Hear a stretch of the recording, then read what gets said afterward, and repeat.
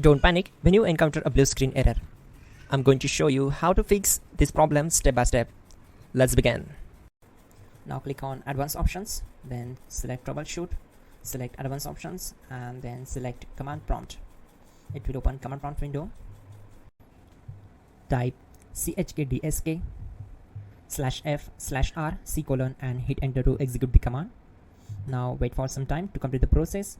Once done, move to the next step. Type c:, then hit enter. Type cd space c:/ and hit enter to execute the command. Type cd space Windows and simply hit enter to execute the command. Now type cd space system32 and we need to execute this command. For that, simply hit enter. Now execute this command. Type cd space config and simply hit enter. Then type md space backup and hit enter. Now type copy ** backup and simply hit enter to execute the command. Now type md backup1 and hit enter. Now execute this command carefully. Type in copy space ** space backup1, then simply hit enter to execute the command. Type in cd space regback and hit enter to execute the command. Execute this command. Type dir, then simply hit enter. Type copy space ** space ... and hit enter. Then type all and simply hit enter to execute the command. Let's move to the next command. Now type bootrec space /fixmbr and hit enter to execute the command.